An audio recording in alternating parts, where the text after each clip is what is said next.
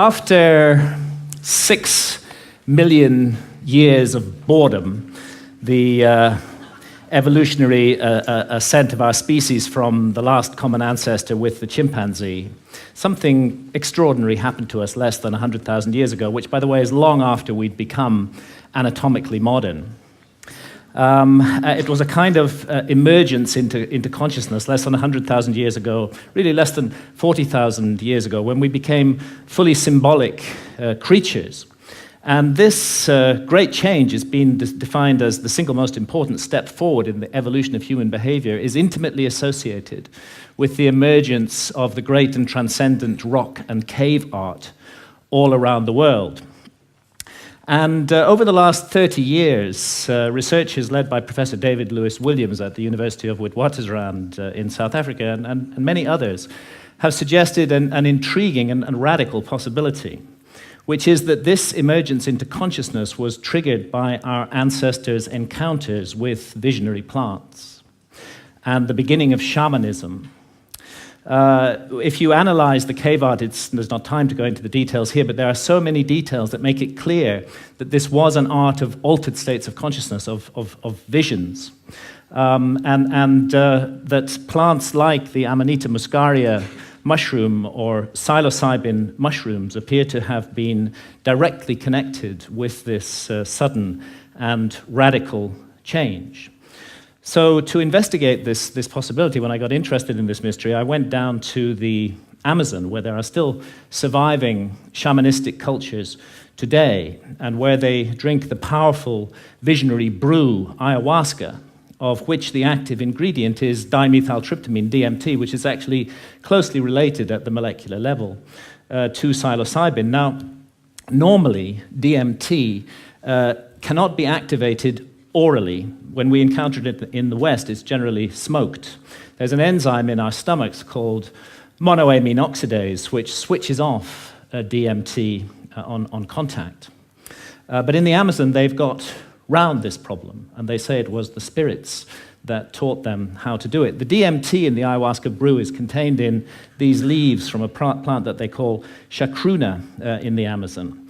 And there they mix it together with this vine. And out of the 150,000 different species of plants and trees in the Amazon, this is the one that contains a monoamine oxidase inhibitor, which switches off that enzyme in our stomachs and allows the DMT in the leaves, when the two are married together and cooked in water, to be absorbed orally and takes us on a 4-hour journey into extraordinary realms. Now, it's no joke to drink ayahuasca. The ayahuasca brew it has a foul taste, really, really hideous, and a dreadful, dreadful smell. And after you've drunk your cup, you'll find within 45 minutes or so that you're sweating, that you're feeling nauseous. Pretty soon you may well be vomiting, you may well have diarrhea. So, nobody's doing this for recreation. And I'd like to add that I don't think any of the psychedelics should be used for recreation. They have much more serious and important mission with humanity. So we're not doing this for fun. But what draws people to ayahuasca again and again to brace themselves for this experience, and you do have to brace yourself, is its extraordinary effects at the level of consciousness. And one of those effects has to do with creativity, and we can see the creative cosmogenic impulse of ayahuasca in the paintings of ayahuasca shamans from Peru, like the paintings of Pablo Amaringo here, those richly saturated colors, the amazing visions that they reproduce. And this creative impulse has also spread to Western artists. Many Western artists now have been deeply influenced by ayahuasca and are also painting their visions. And as these paintings show, another universal experience of ayahuasca is the encounter with seemingly intelligent entities which communicate with us telepathically. Now, I'm making no claim one way or another as to the reality status of these entities we encounter, simply that phenomenologically, in the ayahuasca experience, they are encountered by people all over the world. And most frequently of all, the spirit of ayahuasca herself, Mother Ayahuasca, who is a healer. And although she's kind of the mother goddess of the planet, She seems to take a direct personal interest in us as individuals, to heal our ills, to want us to be the best that we can possibly be, to correct errors and mistakes in our behavior that may be leading us down the wrong path. And this is perhaps why, and it's an untold story, really. Ayahuasca has been fantastically successful in getting people off harmful addictions to hard drugs, such as heroin and cocaine. Jacques Mabit at the Taquihuasi Clinic in Peru brings heroin and cocaine addicts out there for a month, gives them 12 ayahuasca sessions, and they have encounters with Mother Ayahuasca during those sessions that lead them not to wish to take heroin or cocaine anymore, and more than half leave completely free of their addiction, never return to it, and don't even have withdrawal symptoms. And the same incredible healing work was being done in Canada by Dr. Gabor Mate until the Canadian government intervened and stopped his healing practice on the grounds that ayahuasca itself was an illegal drug. Now, I have some personal experience of this. I've not been addicted to heroin or cocaine, but I had a 24-year non-stop cannabis habit. And this started off smoking the herb and laterally vaporizing it, but the basic truth is that for 24 years, I was pretty much permanently stoned. And I enjoyed being stoned. And I felt that it helped me with my work as a writer, and perhaps at some point it did. But when I first encountered ayahuasca, I'd already been smoking cannabis for 16 years, and almost immediately, ayahuasca started giving me messages that this was no longer serving me, that it was leading me to behave in negative and unhelpful ways towards others. And of course, I ignored those messages for years and years and went back to being stoned 16 hours a day. But that negative behavior that ayahuasca was pointing up did actually get worse and worse. I don't want to put down cannabis, and I believe it's the sovereign right of every adult to choose to smoke cannabis if they wish to do so. But I think I was overusing it. I think I was abusing it, not using it responsibly. And I became more and more paranoid, jealous, possessive, suspicious. I was subject to irrational rages. I often made the life of my beloved partner, Santha, a misery. And when I went down for my regular encounter with ayahuasca in October 2011, I was given the most unbelievable kicking by Mother Ayahuasca. And I was put through an ordeal. It was a kind of life review. And it's not an accident that ayahuasca is the vine of the dead. I was shown my death. And I was shown that if I came to death, and what awaits us after death, without having corrected the mistakes that I was making in my life, that it would be a very bad thing to meet for me. And actually, Mother Ayahuasca literally took me to hell. And that hell was a little like this hell painted by Hieronymus Bosch, a truly terrible place, and a little like the place that the ancient Egyptians called the judgment hall of Osiris, where our souls are weighed in the scales in the presence of the gods, against the feather of truth, of justice, of cosmic harmony. And I was shown that the path I was walking, my abuse of cannabis and the behavior associated with it, was going to lead me to be found wanting in the judgment, and that I might face annihilation in the world beyond death. So perhaps not surprising that when I came back to England later in October 2011, I gave up cannabis. And I've never smoked it again since then. And actually, and again, I'm speaking only personally with no comment on others' use of cannabis, it's as though a monkey has been lifted off my back. I'm liberated in incredible ways. Far from my creativity being inhibited, I find myself writing much more productively, much more creatively, much more focused, and much more efficiently.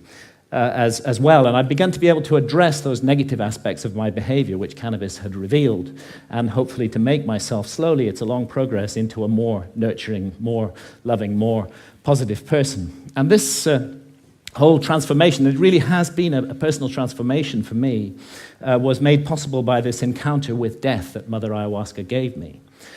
And, you know, that leads me to ask, what is death? Our materialist science reduces everything to matter. Materialist science in the West says that we are just meat, we're just our bodies. So when the brain is dead, that's the end of consciousness. There is no life after death. There is no soul. We just rot and are gone. But actually, many honest scientists should admit that consciousness is the greatest mystery of science, and that we don't know exactly how it works. The brain's involved in it in some way, but we're not sure how. Could be that the brain generates consciousness the way a generator makes electricity. If you hold to that paradigm, then of course you can't believe in life after death. When the generator's broken, consciousness is gone. But it's equally possible that the relationship, and nothing in neuroscience rules it out, that the relationship is more like the relationship of the TV signal to the TV set. And in that case, when the TV set is broken, of course, the TV signal continues. And this is the paradigm of all spiritual traditions, that we are immortal souls, temporarily incarnated in these physical forms to learn and to grow and to develop. And really, if we want to know about this mystery, the last people we should ask are materialist reductionist scientists. They have nothing to say on the matter at all.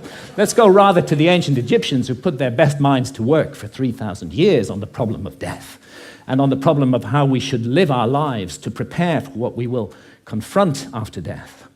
And the ancient Egyptians expressed their ideas in transcendent art, which still touches us emotionally today, and they came to certain very specific conclusions, that the soul does survive death, and that we will be held accountable for every thought, every action, every deed that we have lived through in our lives. So we better take this precious opportunity to be born in a human body seriously and make the most of it. And in these inquiries into the mystery of death, the ancient Egyptians weren't just exercising their imaginations. They highly valued dream states, and it's now known that they used visionary plants like the hallucinogenic blue water lily. And it's interesting that the ancient Egyptian tree of life has recently been identified as the Acacia nilotica, which contains high quantities of DMT, dimethyltryptamine, the same active ingredient that we find in ayahuasca.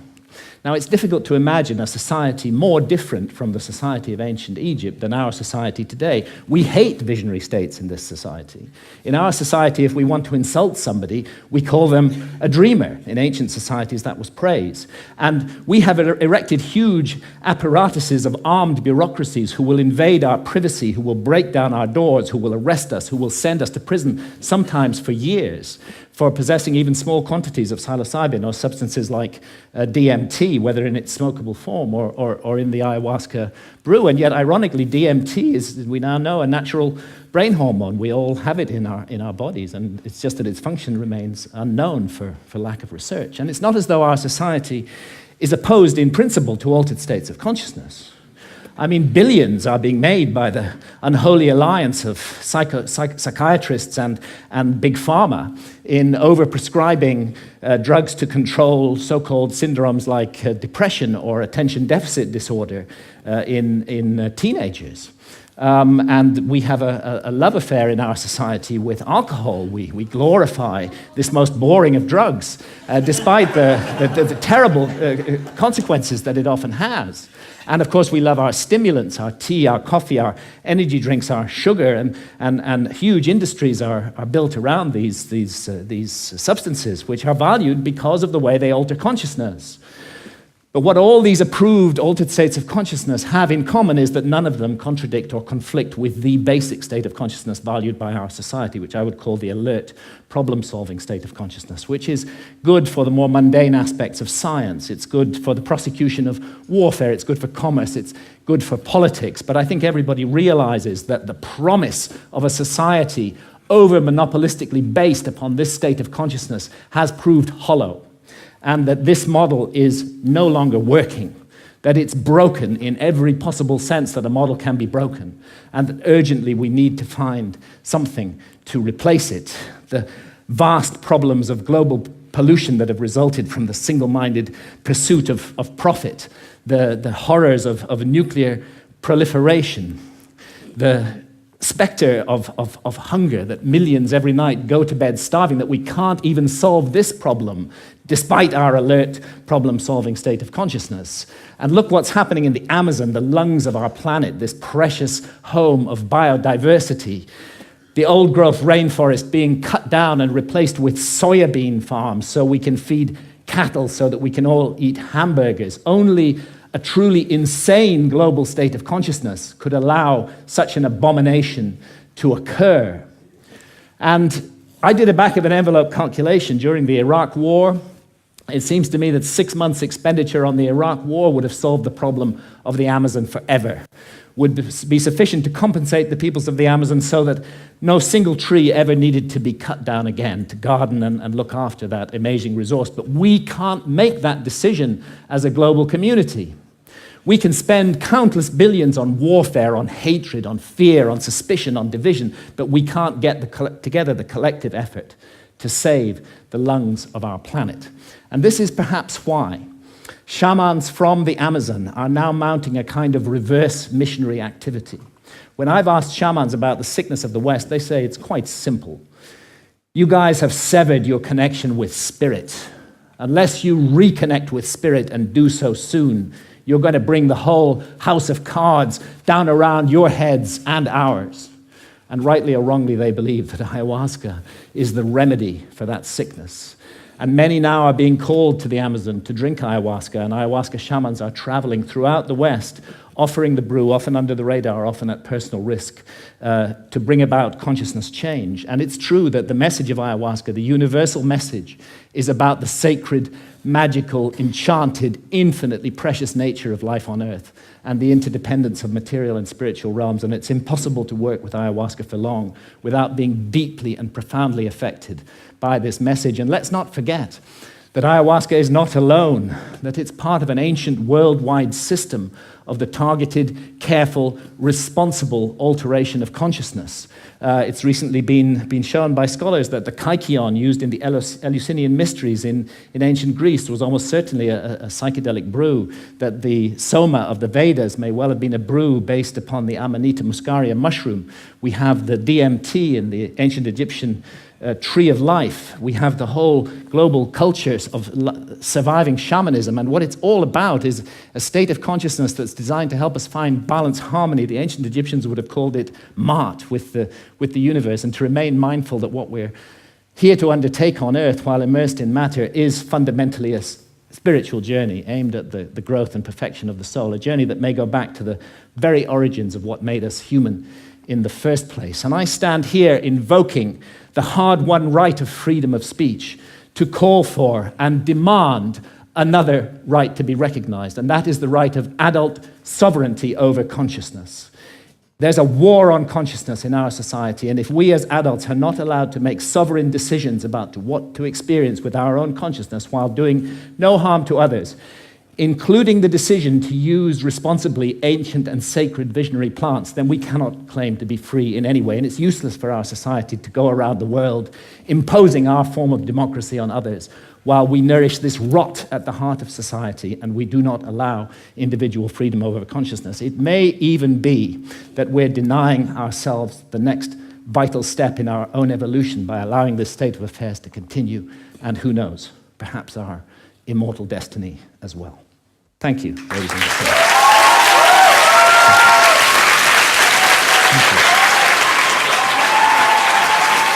Thank you. Thank you.